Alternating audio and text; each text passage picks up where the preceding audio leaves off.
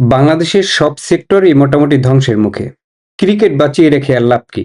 সামনের বছর থেকে বিপিএলে দল হতে পারে আল্লামা শফিক একাদশ, মেশিনম্যান দেলু এক্সপ্রেস, 501 দুর্বার সোনারগাঁও।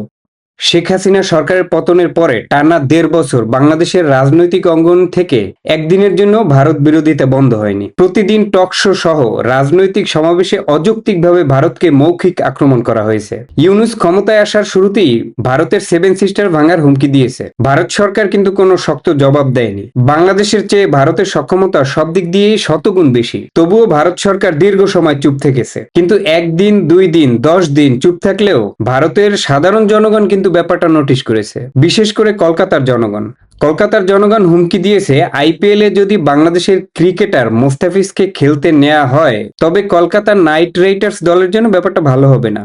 মুস্তাফিজকে কিন্তু হুমকি দেয়নি ভারতের জনগণ, বাংলাদেশকেও হুমকি দেয়নি। যে দেশের লোকজন সারাদিন ভারত বিরোধিতা করে সেই দেশের কোন ক্রিকেটারকে ভারতের দর্শকরা কেন সাপোর্ট করবে? আসিফ নজরুলকে কেউ বোঝাতে পারেন কোন দেশের অভ্যন্তরীণ লিগ এবং আইসিসির ইভেন্ট এক না? এত কিছুর পরেও ভারতে যদি মোস্তাফিজ খেলতে যেত তবে সাধারণ জনগণ মোস্তাফিজকে কিছুই বলতো না। তারা ক্রিকেট ঈশ্বর শচীন টেন্ডুলকারের বাড়িতে হামলা করে, কিন্তু চিরশত্রু পাকিস্তানের শোয়েব আক্তার বা শহীদ আফ্রিদি যদি আইপিএল খেলতে আসে তাদের কিন্তু হামলা করে না, আক্রমণ করে না। ভারতের বড় শত্রু পাকিস্তান, সেই পাকিস্তানও যদি ভারতের মাটিতে খেলতে আসে তবে তারা কিন্তু 100% নিরাপদে খেলে যেতে পারবে। কিন্তু কোন ধরনের শত্রু দেশ না হয়েও পাকিস্তানে খেলতে যাওয়া কিন্তু নিরাপদ না, এটাই চিরন্তন সত্য।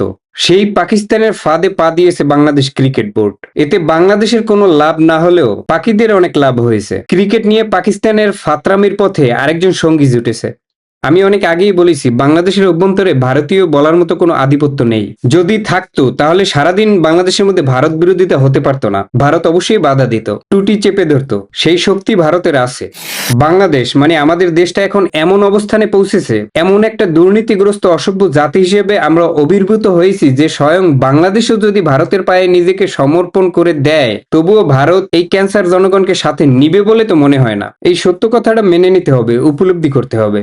যদি বাংলাদেশকে ভারতের অঙ্গরাজ্য করার কোনো ধরনের ইচ্ছা থাকতো তাহলে 1971 সালেই সেটা করতে পারত। বিশ্ব রাজনীতিতে ভারত সুপার পজিশনে আছে। আমেরিকা ভারতকে নিয়ে কথা বলার আগে 100 বার ভাবে, কিন্তু বাংলাদেশ ভাবে না। ইদানিং ভারতই তো আমেরিকাকে পাত্তা দিচ্ছে না, অথচ তিমি মাছের পাশে পুঁটি মাছ হয়ে বাংলাদেশের সে কি লাফালাফি।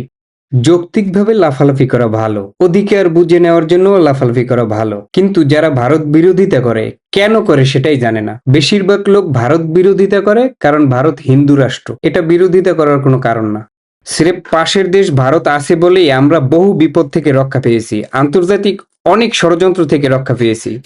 আন্তর্জাতিক অঙ্গনে বাংলাদেশের প্রভাব তো দূরের কথা, পৃথিবীর 100 কোটি মানুষ এখন পর্যন্ত জানেই না বাংলাদেশ নামে কোনো একটা রাষ্ট্র এই পৃথিবীতে আছে। অথচ দেশের সাধারণ মানুষ ভাবে, অন্য দেশের মানুষের কাজকর্ম বাদ দিয়ে সারাদিন মনে হয় শুধু বাংলাদেশ নিয়ে ভাবে।